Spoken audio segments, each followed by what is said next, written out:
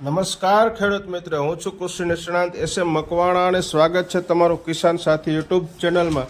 તો આજના વિડીયોમાં આપણે ડુંગળીની ખેતી ક્યારે કરવી અને કેવી રીતે કરવી તેની વાત કરવાના છીએ। તેમાં ખાસ કરીને કયા કયા મુદ્દા ધ્યાનમાં લેવાના છે તો કે આપણે ડુંગળીના પાકને કેવી આબોહવા માફક આવે છે, કેવી જમીનનો પ્રકાર અને કેવી જમીન માફક આવે છે તથા ડુંગળીની ઘણી બધી વેરાયટીઓની વાત કરવાની છે। તેમાં ખાસ કરીને સફેદ ડુંગળી, તળાજા લાલ, જુનાગઢ લોકલ બીડીપતિ, જુનાગઢ લાલ ડુંગળી 11 તથા જમીન કેવી રીતે તૈયાર કરવી, કયા સમયે ડુંગળીનો પાક વાવવો તથા ડુંગળીમાં ધરું કઈ રીતે ઉછેર કરવો, એના બીજને કેવી રીતે માવજત આપવી, કયા સમયે ફેરે રોપણી કરવી, રાસાયણિક ખાતર અને દેશી ખાતર કયું કયું નાખવું, કેવી રીતે નાખવું, નિંદામણ અને આંતરખેડ કેવી રીતે કરવી તથા પિયત કયા સમયે આપવું અને કેટલા પિયત આપવા તેની સંપૂર્ણ આપણે આજના વિડીયોમાં વાત કરવાના છીએ।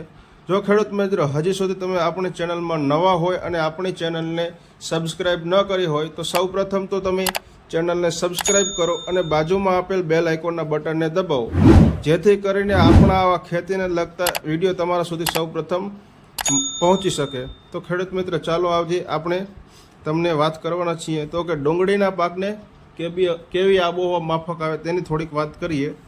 તો કે સામાન્ય રીતે પાકની શરૂઆતની અવસ્થામાં ઠંડુ ભેજરહિત હવામાન ખૂબ જ માફક આવે છે। શિયાળુ ડુંગળીના પાકને ઠંડુ અને ભેજરહિત હવામાન ખૂબ જ માફક આવે છે, પરંતુ જો કંદ તૈયાર થતી વખતે ગરમ અને સૂકું હવામાન તથા થોડાક લાંબા દિવસની ખાસ જરૂર હોય છે। પાકની અવસ્થા એટલે જ્યારે પાકની અવસ્થા દરમિયાન ભેજવાળું અને વાદળ છવાયેલું હવામાન રહેવાથી પાકમાં જીવાત અને રોગનો ઉપદ્રવ વધતો હોય છે। આગળ બીજી વાત કરીએ તો કે કેવા પ્રકારના જમીન માફક આવે છે, જમીનનો પ્રકાર। તો ડુંગળીના પાકને પોટાશ તત્વ ધરાવતી મધ્યમ કાળી જમીન, ભરભરી જમીન વધુ અનુકૂળ આવે છે, પરંતુ વધારે કાળી, ચીકણી અને પાણીના નિતાર વગરની એટલે કે જે વધારે પાણી ભરાઈ રહેતું હોય તેવી જમીન માફક આવતી નથી, અને એસિડિક જમીન પણ પાકને માફક આવતી નથી અને એસિડિક જમીન પણ પાકને માફક આવતી નથી વધારે। આગળ વાત કરીએ તો કે ડુંગળીના પાકની વેરાયટીઓની તો કે ગુજરાત સફેદ ડુંગળી 1 આ જાતના કંદ મોટા અને ગોળાકાર હોય છે। કંદનો ઘેરાવો 16 થી 17 સેન્ટીમીટર હોય છે અને ડુંગળીના દડાનું વજન 55 થી 60 ગ્રામ જેવું હોય છે। કુલ દ્રાવ્ય પદાર્થોનું એટલે કે TSSનું પ્રમાણ 15.4 જેટલું હોય છે। આ જાત વધારે ડિહાઇડ્રેશન માટે અનુકૂળ છે, એટલે કે આ ડુંગળીનો સફેદ ડુંગળીનું પાવડર બનાવવામાં આવે છે તેમાં વપરાય છે। પૂસા વ્હાઇટ ફ્લેટ કરતાં 36% વધારે ઉત્પાદન આપતી જાત છે। આ જાત રવિ ઋતુ માટે અનુકૂળ છે। સફેદ ડુંગળીમાં બીજી વેરાયટીઓની વાત કરીએ તો કે કાલા સીડનું ડ્રોના 90 આવે છે, જે ડ્રોના 90 આવે છે તે પણ સારામાં સારી વેરાયટી છે। જિંડલ સીડ્સનું સ્નો વ્હાઇટ કરીને આવે છે, એ સારામાં સારું ઉત્પાદન આપતી જાત છે। બીજી વાત કરીએ તો કે પંચગંગા સફેદ 16 એ પણ સારી વેરાયટી છે। આગળ વાત કરીએ બીજી વેરાયટીની તો કે તળાજા લાલ, આ જાતના કંદ મોટા, ગોળાકાર અને ઘેરા લાલ હોય છે। કુલ દ્રાવ્ય પદાર્થોનું એટલે કે TSSનું પ્રમાણ 10 થી 12% હોય છે। આ જાત ભાવનગર અને અમરેલી જિલ્લાના મોટા પાયે વાવેતર થાય છે। આ જાત પણ શિયાળુ સિઝન માટે જ અનુકૂળ છે। જો જુનાગઢ લોકલ પીડીપતિની વાત કરીએ આપણે તો કે આ જાતના કંદ નાનાથી થોડાક મધ્યમ સાઇઝના હોય છે અને રંગની વાત કરીએ તો કે પીળાશ પડતા લાલ રંગના હોય છે। તેમાં કુલ દ્રાવ્ય પદાર્થોનું એટલે કે TSSનું પ્રમાણ 13 થી 15% હોય છે। આ જાત જુનાગઢ અને રાજકોટ જિલ્લામાં મોટા પાયે વાવેતર થાય છે, શિયાળુ સિઝન માટે અનુકૂળ જાત છે। અને જો પીડીપત્તીમાં બીજી વેરાયટીની વાત કરીએ તો કે કાલા સીડનું જે વરુણ આવે છે એ સારામાં સારી વેરાયટી છે। બીજી કે પંચગંગાનું પૂના ફરસુંગી જે આવે છે એ પણ સારી વેરાયટી છે। હવે વાત કરીએ આપણે એક ડુંગળીની રોગ પ્રતિકારક નવી જાત બહાર પાડવામાં આવી છે તો કે શિયાળુ ડુંગળીની રોગ પ્રતિકારક નવી જાત જે ગુજરાત જુનાગઢ લાલ ડુંગળી 11 ગુજરાત રાજ્યના સૌરાષ્ટ્ર અને દક્ષિણ ગુજરાત વિસ્તારમાં શિયાળુ સિઝન દરમિયાન ડુંગળી ઉગાડતા ખેડૂતો માટે જુનાગઢ કૃષિ યુનિવર્સિટીના વેજીટેબલ સંશોધન કેન્દ્ર દ્વારા એટલે કે શાકભાજી સંશોધન કેન્દ્ર દ્વારા તાજેતરમાં જ લાલ ડુંગળીની નવી જાત બહાર પાડવામાં આવેલ છે। જુનાગઢ લાલ ડુંગળી 11. તો તેની લાક્ષણિકતાઓ આપણે જોઈએ તો કે આ જાત શિયાળુ સિઝનમાં વાવેતર માટે સૌરાષ્ટ્ર અને દક્ષિણ ગુજરાત વિસ્તાર માટે ભલામણ કરવામાં આવેલ છે. એનું ઉત્પાદન 320 થી 325 ક્વિન્ટલ પર હેક્ટર. જો મણ દીઠ વાત કરીએ તો કે 260 થી 265 મણ પર વીઘા દીઠ ઉત્પાદન મળે છે, જે એગ્રી ફાઉન્ડ લાઇટ રેડ, પીળી પત્તી તથા તળાજા લાલ જાત કરતાં વધારે ઉત્પાદન આપતી જાત છે. કંદની થોડીક વાત કરીએ તો કે સરેરાશ લંબાઈ 33 થી 40 સેન્ટીમીટર અને કંદનો ઘેરાવાની વાત કરીએ તો કે 4 થી 5 સેન્ટીમીટર ઘેરાવો હોય છે. કંદનું સરેરાશ વજન જોઈએ આપણે તો કે 50 થી 60 ગ્રામ વજન હોય છે અને તે મધ્યમ લાલ રંગની જાત છે. આ જાતમાં મોગરા, જો આપણે બોલ્ટિંગ કહેતા હોય છે, મોગરાનું પ્રમાણ 2 થી 3% અને બેતડા કે જે બેતડા હોય છે જોઈન્ટમાં હોય છે જે બલ્બ, એ 2 થી 4% જ જોવા મળે છે. આ જાતમાં એટલે કે ગુજરાત જુનાગઢ 11માં જાંબલી ધાબાનો રોગ, પર્પલ બ્લોચ જે આપણે કહેતા હોય છે એ તથા થ્રિપ્સનો ઉપદ્રવ એગ્રી ફાઉન્ડ લાઇટ રેડ, પીળી પત્તી તથા તળાજા લાલ જાત કરતાં ઓછો જોવા મળે છે. આ જાત એગ્રી ફાઉન્ડ લાઇટ રેડ તથા તળાજા લાલ કરતાં ઓછી તીખી હોય છે. હવે આગળ વાત કરીએ તો કે જમીન અને જમીનની તૈયારી, જે આપણે આગળ વાત કરેલી જ છે છતાં પણ ફરીથી વાત કરીએ. પોટાશ તત્વ ધરાવતી મધ્યમ કાળી, ભરભરી અને વધુ અનુકૂળ આવે છે અને ચીકણી જમીન અને નબળા નીતરવાળી જમીન માફક આવતી નથી. હવે આગળ વાત કરીએ આપણે તો કે પાકનો સમય, પાકના વાવેતરનો સમય કયો હોય છે તો કે શિયાળુ પાકમાં સપ્ટેમ્બર ઓક્ટોબરમાં ધરું ઉછેર કરવામાં આવે છે. તો ધરું કઈ રીતે ઉછેર કરે એની થોડીક વાત કરીએ તો કે રવિ સિઝનમાં ડુંગળીના તંદુરસ્ત અને ફેર રોપણી લાયક અને વધારે ધરું મેળવવા માટે ડુંગળીના ગાદી ક્યારાને ઉનાળે પાણી આપી પછી 25 માઇક્રોન LLDP પ્લાસ્ટિકથી ઢાંકવા.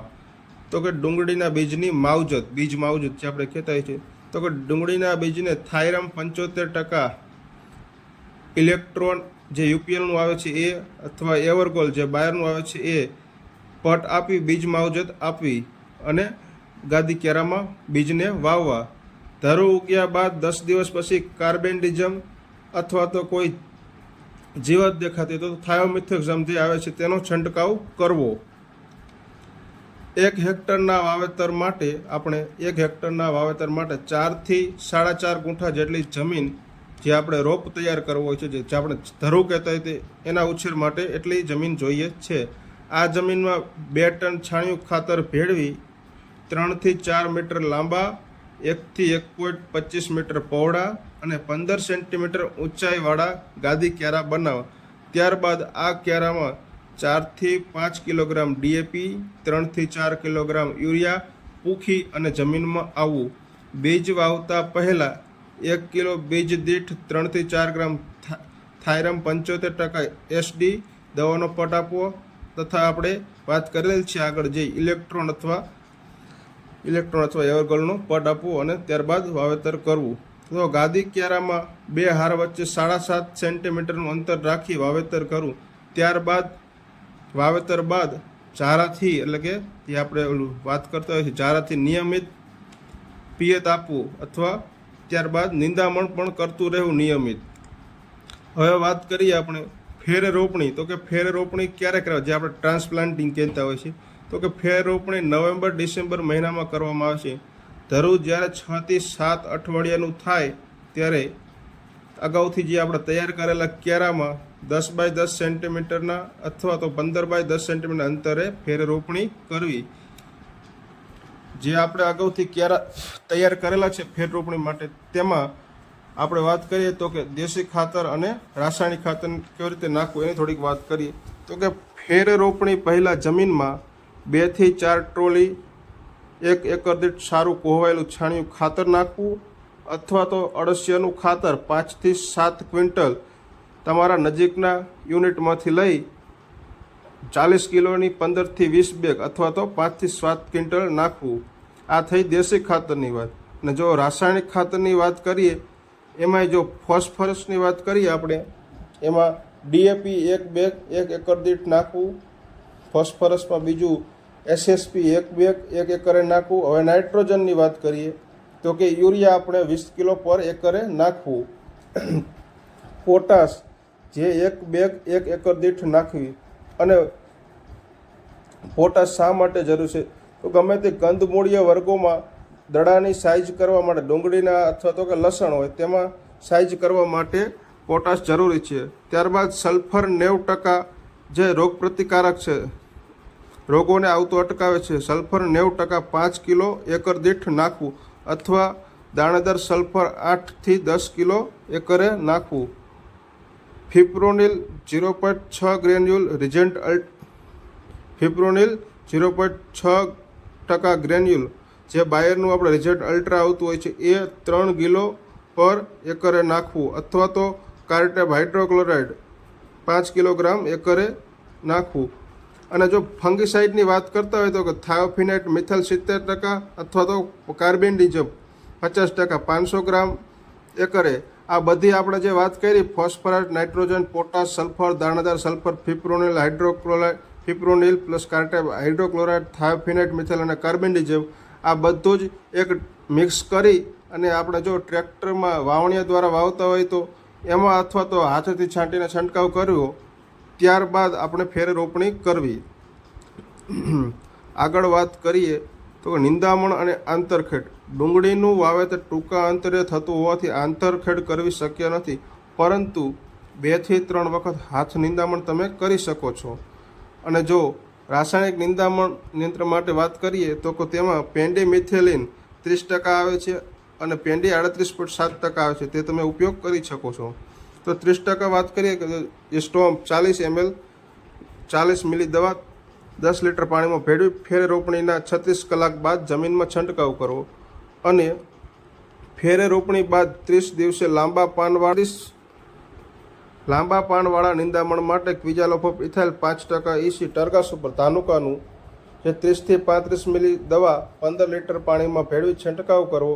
અને ગોળ પાનવાળા નિંદામણ માટે ઓક્ઝોફ્લોરોફેન ગોલ્ડ 23.5% EC 8 ml 15 લીટર પાણીમાં ભેળવી અને છંટકાવ કરવો. અથવા તો જો જે અદામાનું ડેકેલ આવે તે વાપરી શકો છો, અથવા તો ધાનુકાનું જે 1 કિલો આવે છે તે પણ તમે તેનો ઉપયોગ કરી શકો છો. બંને 40-40 ml થી તમે વાપરી શકો છો. આગળ વાત કરીએ આપણે પિયતની સંખ્યા, પિયત ક્યારે આપવું તેની થોડીક વાત કરીએ આપણે. તો કે ડુંગળીને ફેર રોપણી પછી પહેલું પિયત તરત જ આપવું, ત્યારબાદ બીજું પિયત ચોથા દિવસે આપવું અને શિયાળુ સિઝનમાં 8 થી 10 દિવસના અંતરે પિયત આપવું. ડુંગળીના કંદના વિકાસના તબક્કાએ પાણીની ખેંચ ન પડે તેની ખાસ કાળજી રાખવી. સરેરાશ આપણે 15 થી 20 પિયતની જરૂરિયાત પડતી હોય છે.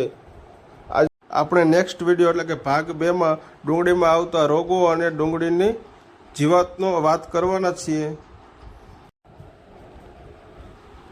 આજનો વિડીયો અહીંયા સુધી જ રાખીશું. જો તમને માહિતી ગમી હોય તો બીજા ખેડૂત મિત્રોને શેર કરો અને ચેનલને સબસ્ક્રાઈબ કરો, જેથી કરીને બીજા ખેડૂત મિત્રો ડુંગળીના વાવેતર કરતાં પહેલાં આ વિડીયો ખાસ કરીને જોવે. ખેડૂત મિત્રો, જય જવાન જય કિસાન. આભાર તમારો.